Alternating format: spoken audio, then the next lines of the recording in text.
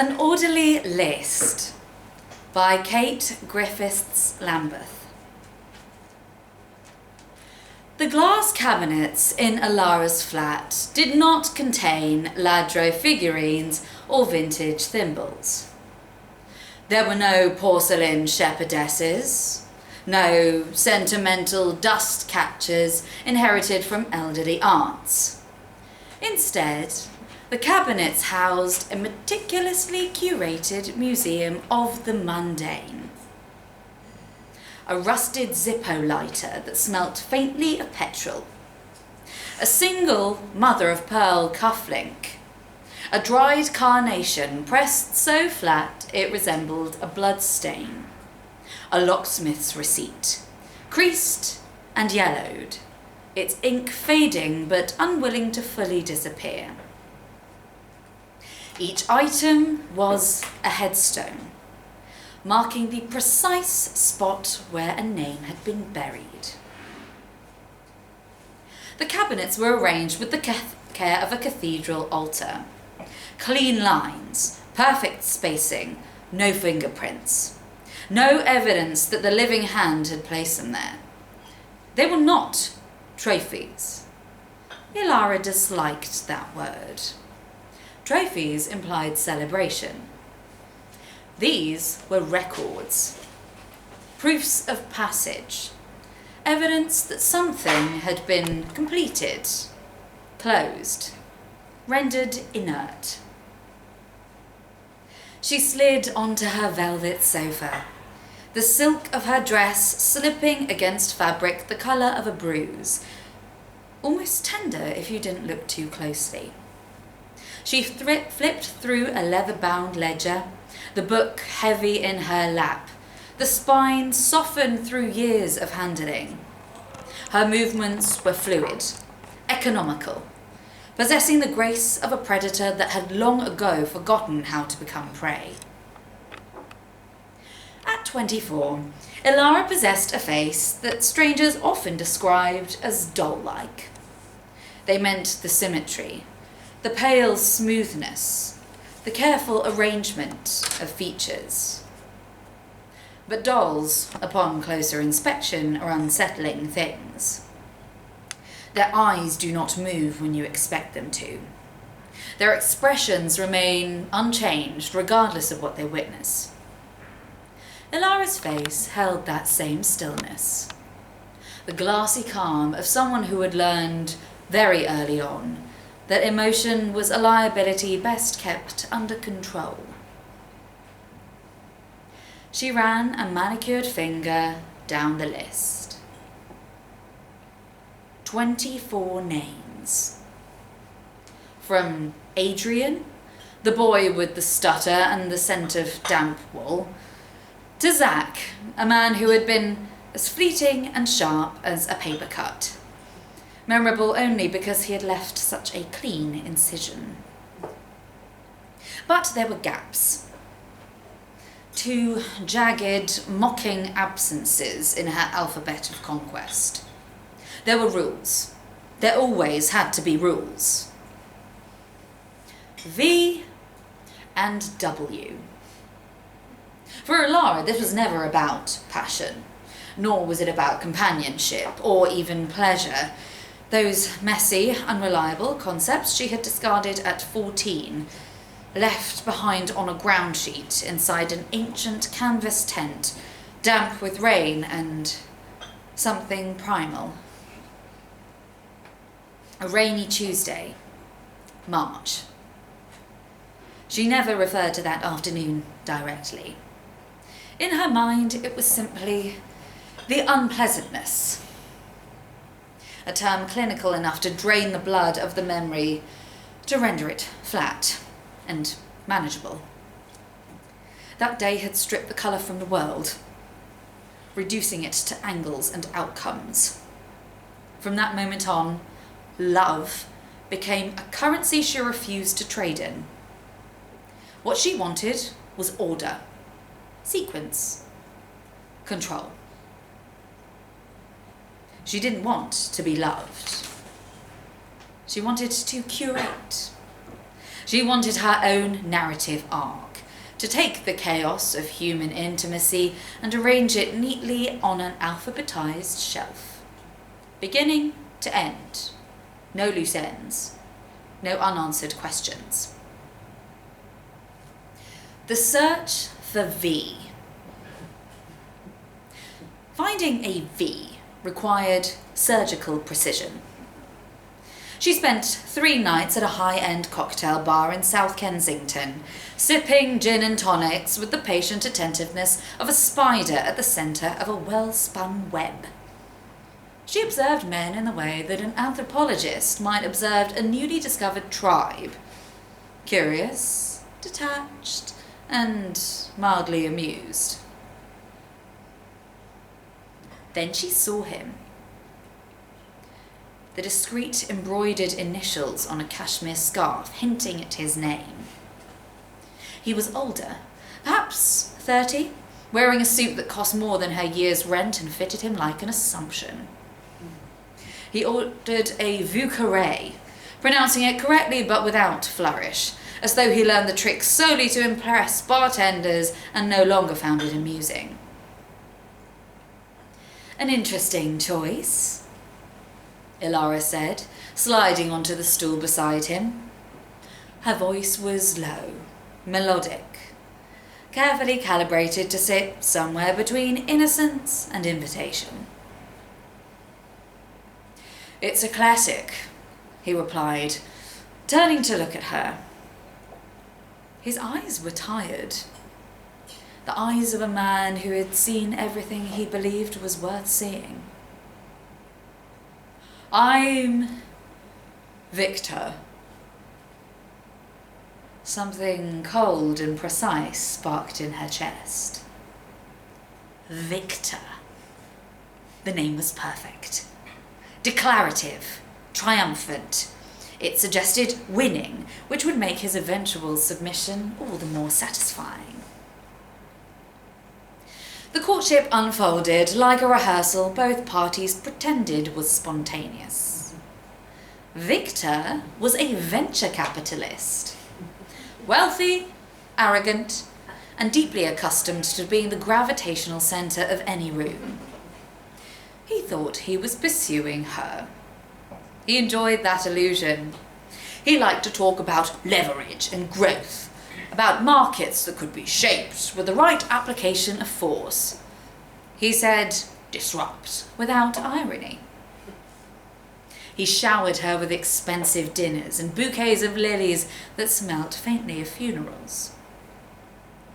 He did not notice that Elara never spoke about her past, nor that she never truly looked at him, only at the space just below his ear, where his pulse occasionally flickered. 3 weeks later, in the sterile luxury of his penthouse, Elara watched him sleep. The city glowed below the windows like a circuit board. Moonlight caught the platinum watch on his bedside table, and for a moment she considered taking that instead. She felt no desire, only a cool, clinical satisfaction. Whilst Victor dreamed of EBITDA and mergers, she reached into his open briefcase and removed a small, gold-plated fountain pen engraved with his initials. It was nothing to him. Corporate swag, easily replaced. But her, it was precise. Portable. Perfect. She left before he woke, blocking his number before she even reached the lift. In her ledger, she ticked the box. V. Victor. Object, gold fountain pen. Disposition, arrogant. Utility, complete. The final letter. The W proved more elusive. As her final action, she did not want a William or a Warren, names too soft, too forgiving. She wanted something final, something that carried the weight of endings.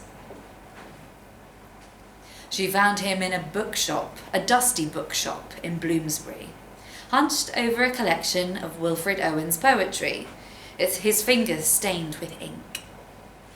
A scruffy envelope, being used as a bookmark, was addressed to a Mr. W. Blackwood. He was pale, thin, and radiated a nervous intensity that made the air around him feel changed. "Looking for something specific?" she asked, leaning over his shoulder. He startled, blinking rapidly. "Just lost in the trenches," he murmured, gesturing at the book. She spoke with him about studying Sassoon's Suicide at the Trenches in school, and dangled the name of Rupert Brooke like bait, waiting for him to take it. "I'm Wolfram," he finally said. The name clattered against her like cold iron. Wolfram. A name of dark shadows with a hint of metal. A name that felt terminal. Wolfram was different, fragile in ways the others had not been. His mind was a fractured mosaic of brilliance and anxiety. He spoke of entropy, of the inherent cruelty of the universe, of beauty found only in decay. Elara listened with the detached fascination of a scientist encountering a particularly elegant strain of bacteria. She became his muse. She wore long flowing dresses, sat cross-legged on the floor of his cramped flat, listened as he read aloud, his voice trembling with conviction. He told her she was the only person who understood the darkness of his soul.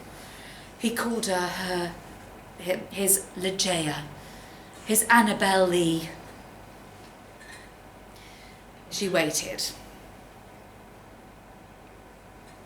The moment arrived on a chilly March Tuesday, the anniversary of the unpleasantness.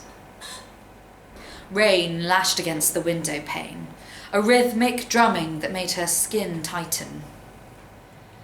Wolfram wept, his head in her lap, mourning a world he felt too thin-skinned to survive. Sometimes, when he spoke about disappearing, it was unclear whether he meant metaphorically.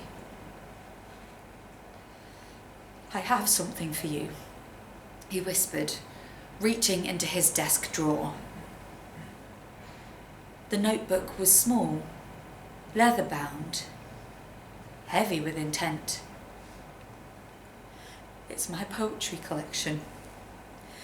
The originals. If anything happens to me, you're the only one I trust." Elara accepted it, felt the stirring of his ego bound between paper.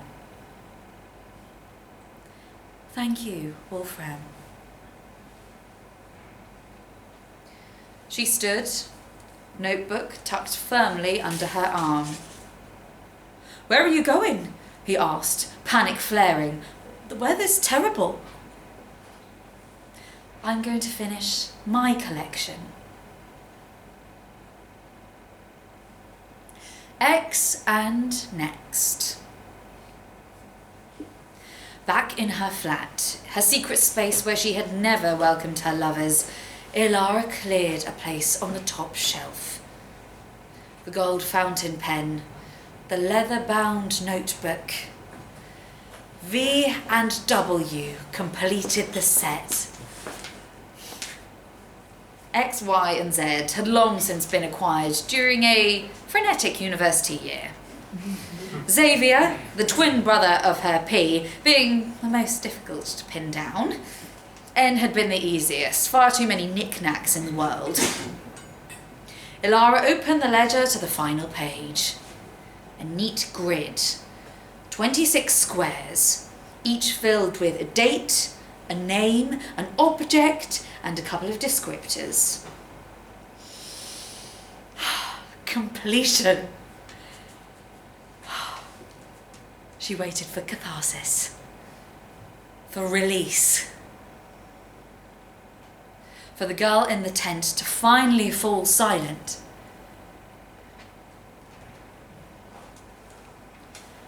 But there was only quiet. The cabinets looked wrong, junk, rubbish salvaged from strangers who had meant nothing to her. The room felt hollow, like a theatre after the audience has left. She caught her reflection in the glass. Perfect. Still. Empty. The alphabet was finished. The game was over. And the prize was a room full of dead things. The realization came suddenly, violently. She had not been collecting to heal. She had been collecting to disappear. She walked to the window. London glittered, cold and indifferent. Below, a man stopped close to a street lamp to get something out of his pocket. He held a lead. A dog waited patiently beside him. Ordinary, uncatalogued. A beginning. Elara picked up her pen. Not the last page. The first. Inside the cover, she wrote a single word, bold and black. Appendices. The alphabet had merely been volume 1. She watched the man below, the familiar flicker returning to her eyes. The damage was not a void to be filled. It was an engine. A low, throbbing hum in the dark. X, she whispered. And next. Behind her, the glass cabinets reflected nothing at all.